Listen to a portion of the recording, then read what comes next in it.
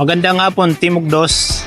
Ako nga pala si Engineer Nasif Mapandi Ditukalan, the Assigned Maintenance Point Person or MPP sa Cotabato Marble Road with a kilometer station of 1733 to 1762 plus 169.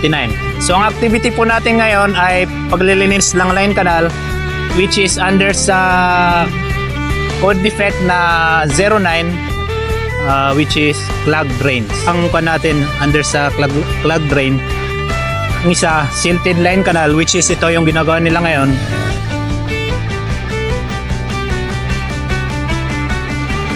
Nasa kilometer station 1733 plus 650 left side po ang napili naming location para sa activity na to.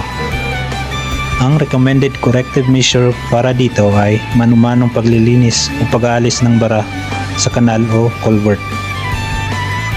So pagkatapos po linisin lahat ng naipong na basura or mga lupa ay wag po nating hayaang iwanan doon sa area. Kung pwede, ipahakot na lang sa mga tao para hindi na bumalik doon sa mismong line canal.